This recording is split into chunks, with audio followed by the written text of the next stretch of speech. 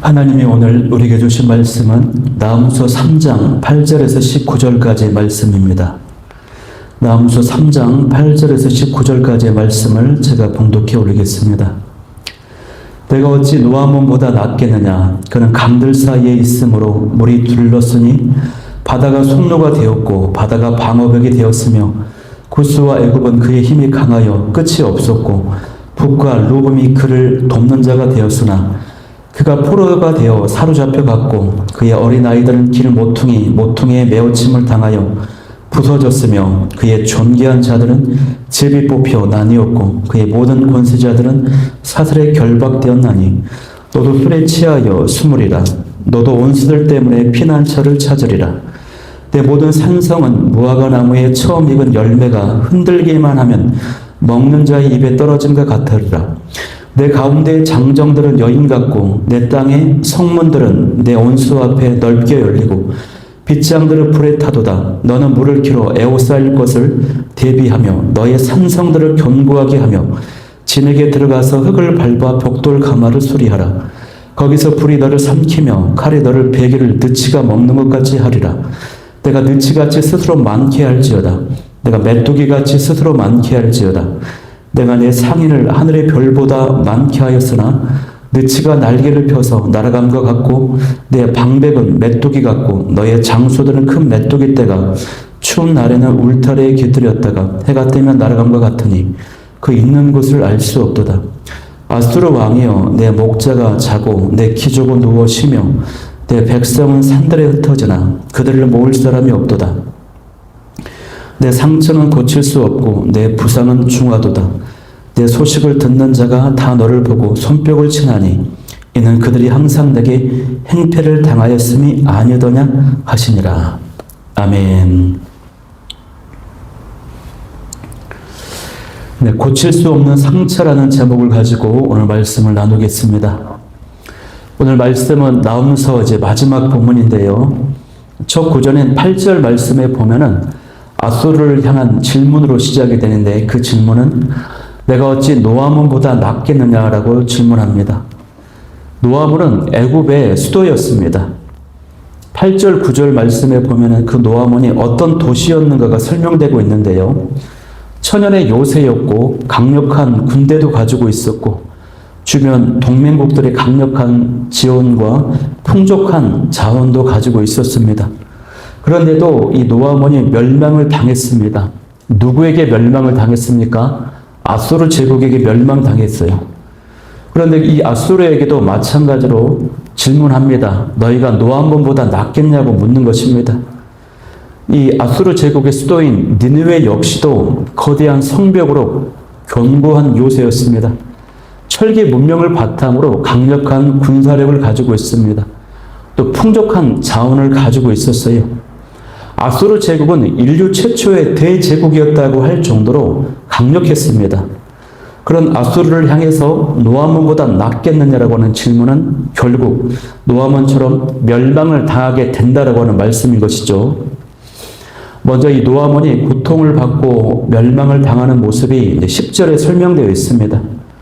노아몬을 멸망시킨 당사자들이 아수르 제국이기 때문에 자신들이 어떻게 고통을 주었는지 그들을 어떻게 멸망을 시켰는지 아수르가 너무나도 잘 압니다. 그 내용들을 보면요 정말로 참혹합니다. 말씀해 보니까 어린아이들이 모퉁이에 던져져서 부서진다고까지 표현되어 있습니다. 실제 역사가 그러했습니다. 지도자들은 노예가 되고요 백성들은 도망가기에 바쁩니다. 그런 그들에게 하나님께서는 너희도 똑같이 이와 같은 고통과 멸망을 당하게 될 것이라고 지금 말씀하는 것입니다. 술 취한 자가 되어서 아무런 힘이 없는 무능력한 존재가 될 뿐입니다. 피난처를 구할 것이지만 구할 수 없고 그 어떤 도움도 받을 수가 없습니다. 니느웨를 정복하는 일은요 너무나도 쉬워서 마치 무엇과 같습니까? 무화과 나무를 흔들기만 하면 그 나무의 열매가 떨어져서 그저 벌린 입으로 그냥 떨어지는 것과도 같다는 것입니다. 이처럼 하나님 앞에서는요 성벽의 높이도 성벽의 두께도 국력의 크기도 소용이 없습니다. 땅에 있는 어떤 세력도 하나님의 그 심판으로부터 보호받을 수 없다는 것입니다. 노아몬이나 아수르는 모두 교만했습니다. 그들의 안정을, 그들의 평안을 군사력과 경제력과 그리고 동맹국들에게 두었습니다. 그러나 분명한 역사가 보여주듯이 하나님의 심판 앞에서는 아무런 소용이 없었습니다. 그들은 교만했고 하나님의 말씀에 그 경고에 귀를 기울이지 않았습니다. 멸망을 당하고 나서야 조금 깨닫게 되는 것입니다. 여러분, 저와 여러분도 마찬가지입니다. 불순종으로 심판의 고통을 경험하고 나서야 그제야 내가 잘못했구나라고 깨닫게 되는 것입니다.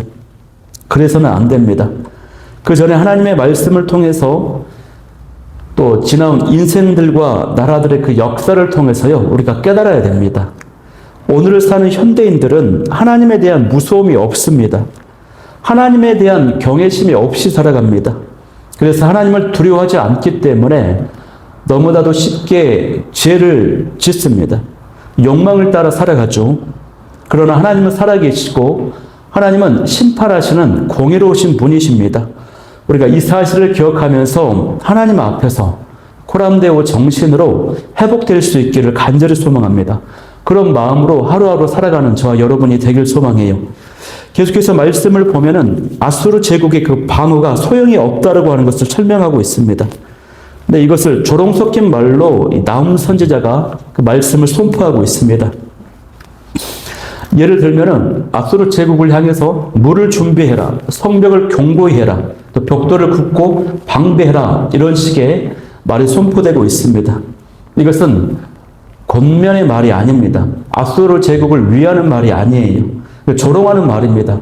이렇게 해봐라, 저렇게 해봐라, 그렇게 해도 아무런 소용이 없을 것이다, 이런 의미인 것입니다. 그래서 그 내용 14절, 15절에 보면은 하나님께서는 니느웨 성읍이 아무리 노력을 해도 소용이 없다라고 하는 것을 5가지 이제 그림으로 보여주시는데요. 첫 번째 그 그림, 물을 길러 두라라고 하는 것이에요. 성이 가장 먼저 포위되면 필요한 게 뭡니까? 식량이고 물이거든요.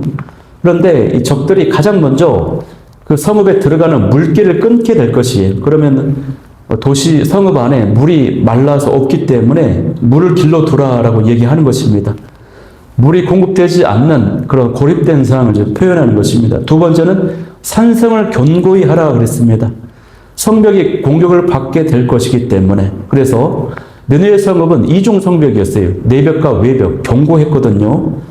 아무리 튼튼한 이중 요새를 자랑할지라도 그런 모든 방어 체계가 무용지물이 될 것이기 때문에, 붕괴될 것이기 때문에 그 산성을, 그 성벽을 견고히 하라 말씀하고 있어요. 세 번째는요, 진흙을 파서 벽돌을 만들라 얘기하고 있습니다. 왜 그렇습니까? 성벽이 이제 무너지기 때문에 다시 쌓아야 되기 때문에, 다시 수복해야 되기 때문에 다시 이제 벽돌을, 진흙을 파서 진흙을 이제 뭉쳐서 이제 벽돌을 만들라 이 말씀하고 있습니다. 네 번째는 벽돌 가마를 수리하라 라고 얘기하고 있어요. 왜 벽돌 가마가 필요합니까? 성벽을 쌓으려면 벽돌이 필요한데 벽돌을 굽기 위해서 벽돌 가마가 필요한 거죠. 기존에 있는 벽돌 가마로는 안 돼요. 수리하고 계속해서 만들어야 돼요.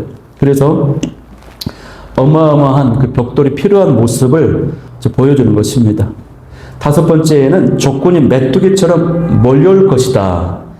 방어 병력을 증강하라라고 하는 것입니다. 침입군, 적군이 메뚜기처럼 들끓게 될 것이다. 그렇기 때문에 이제 방어 병력을 증강시키라는 이런 말씀을 계속 하고 있는 것입니다.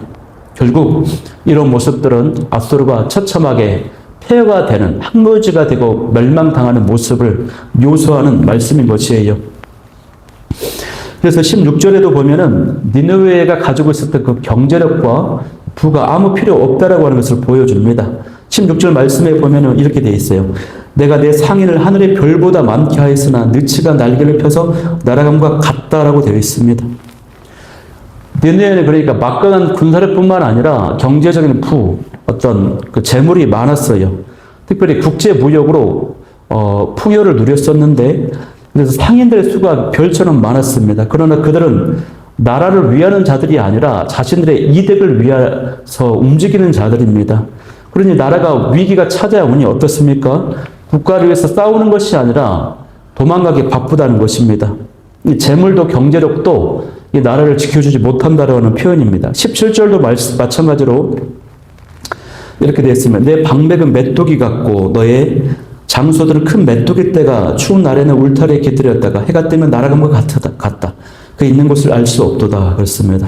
방백들, 장수들, 지도자들, 장군들이 있는데 그들도 아무 도움이 되지 못한다는 것이에요. 메뚜기가 어떻습니까? 밤에 울타리에 앉아 있다가 해가 뜨면은 날아가지 않습니까? 사라진다는 것이에요. 마찬가지로 위기 상황 가운데 이 지도자들의 책임은 백성들을 지키고 돌봐야 되는데 그러지 않고 자기의 살 길 바쁘다는 것이 먼저 도망간다고 하는 것입니다. 그 지도자를 잃어버리는 이런 모습을 지금 계속 설명하고 있는 것이죠. 그래서 계속해서 이제 마지막 18절, 19절에도 아수르의 모습을 좀 묘사하고 있습니다. 이 모습, 비유가 이제 두 가지 비유가 있는데요. 첫 번째 비유는 잠든 목자와 흩어지는 양떼입니다. 18절에 아수르 왕이여 내 목자가 자고 내 기종은 누워 쉬며 내 백성을 산들에 흩어지나 그들은 모을 사람이 없도다.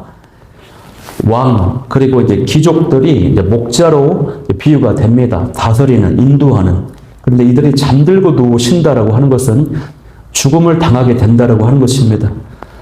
이제 지도자를 잃어버린 이제 백성들, 목자를 잃어버린 양떼와도 같아요. 목자를 잃어버린 양떼는 흩어지는 것이죠. 다시 그들을 모을 자가 없습니다. 그래서 아수르가 회복 불가능하다, 회복을 할 수 없는 상태가 되어버린다, 이런 뜻입니다. 두 번째 비유는 치유 불가능한 환자로 설명하고 있습니다. 내 상처는 19절입니다. 내 상처는 고칠 수가 없고 내 부상은 중하도다. 그런데 내 소식을 듣는 자가 다 너를 보고 손뼉을 친다라고 되어 있어요. 왜 그렇습니까? 이는 그들이 항상 내게 행패를 당하였음이니 아니더냐 하시니라 라고 19절 말씀을 끝맺고 있습니다. 이들이 받은 상처는 치유될 수 없고 구제될 수 없습니다. 회복될 수 없는 심판을 받는 것이에요. 더욱 의미 있는 것은, 주목해야 하는 것은 이 소식으로 인해서 주변 나라들이 기뻐한다는 것입니다. 손뼉치며 좋아한다는 것입니다. 왜 그렇습니까? 수많은 나라가 아수르 제국 때문에 고통과 괴로움을 당했기 때문에 그렇다라고 하는 것이에요, 여러분. 이 나훔 선지자는요, 아수르의 그 멸망을 단순한 역사적 사건으로 기록하는 것이 아니라 그들이 스스로 자초한 최후라고 하는 것을 밝히고 있습니다. 그러면서 끝맺고 있습니다, 말씀을. 하나님께서 이제 요나서를 통해서 일전에 니느웨에 자비를 베푸셨어요. 그들은 이제 회개했어요. 그러나 그 회개는 일시적인 회개에 불과했습니다. 다시 악행을 일삼았고 결국 심판을 받는 것입니다. 이들이 심판받는 것은 자신들이 행한 대로 자초한 것이라고 하는 것이에요. 자신들이 지었던 죄의 무게만큼 심판을 받게 되는 것입니다. 겉으로는 강대해 보였지만 안으로는 점점 썩어져 악행이 가득 차서 무너져 가고 있었던 것입니다, 여러분. 어떤 시골 마을에 수백 년 된 나무, 굉장히 튼튼한 큰 나무가 있었어요. 많은 사람들이 그 나무는 무너지지 않고 쓰러지지 않을 것으로 여겼어요. 그런데 의외로 태풍이 한번 닥치니까 한순간에 뿌리가 뽑히고 쓰러지고 말았다라고 하는 것이, 사람들이 놀랐습니다. 살펴보니까 그 나무가 겉으로는 튼튼해 보였는데 그 안은 텅 비어 있었고 썩어 있었다라고 하는 것입니다, 여러분. 우리가 겉으로 볼 때는 잘 나가는 것만 같고 승승장구하는 것만 같죠. 그러나 그 안에 하나님이 안 계시면, 진정한 믿음이 없고 순종의 모습이 없고 지혜로 가득 차 있다면 쓰러지고 무너지는 것은 한순간이라고 하는 것입니다. 우리의 신앙생활도 마찬가지입니다. 우리 안에 진정한 믿음과 하나님에 대한 순종이 있어야 됩니다. 하나님 없이 평안한 것만 같고 잘 나가는 것만 같고 한순간에 하나님이 치시면 쉽게 무너지고 만다라고 하는 사실입니다. 이 나훔서 말씀은 우리에게 다음 두 가지 메시지를 주는데, 첫 번째는요, 하나님 없이 쌓은 성은 반드시 무너진다라고 하는 것입니다. 힘과 권력과 인기, 명예, 부, 이 모든 것이 하나님 없이 쌓은 것이라면 한순간에 무너지고 맙니다. 하나님이 없이 스스로 강하다고 믿는 삶은 겉은 거대해 보일지라도 안은 썩어있는 느티나무와도 같습니다. 심판의 바람 앞에 설 수가 없는 것이 두 번째 말씀은요. 나훔수가 주는 메시지는 하나님은 악을 반드시 심판하시며 그의 백성을 위로하신다고 하는 사실입니다. 니느웨가 멸망당하는 것은 이스라엘 백성들에게는 해방의 소식, 기쁨의 소식이었습니다. 구원의 소식이었습니다. 하나님은 지금도 억울한 자들의 그 눈물을 보시고 고통 가운데 있는 성도들의 신음을 듣고 계십니다. 반드시 신원해 주실, 회복시켜 주실 하나님이심을 믿습니다. 이 말씀 앞에서요, 내 마음속에 있는 니느웨의 그 교만이 있는지를 한번 돌아볼 수 있기를 바랍니다. 하나님 없이도 잘 되고 있다고 착각하고 있는 영역은 있지는 않은지 돌아볼 수 있기를 원해요. 더 정확히 말하면 돌아보는 것이 아니라 그 교만의 모습을 우리가 발견하고 뽑아낼 수 있기를 소망합니다. 왜 그렇습니까?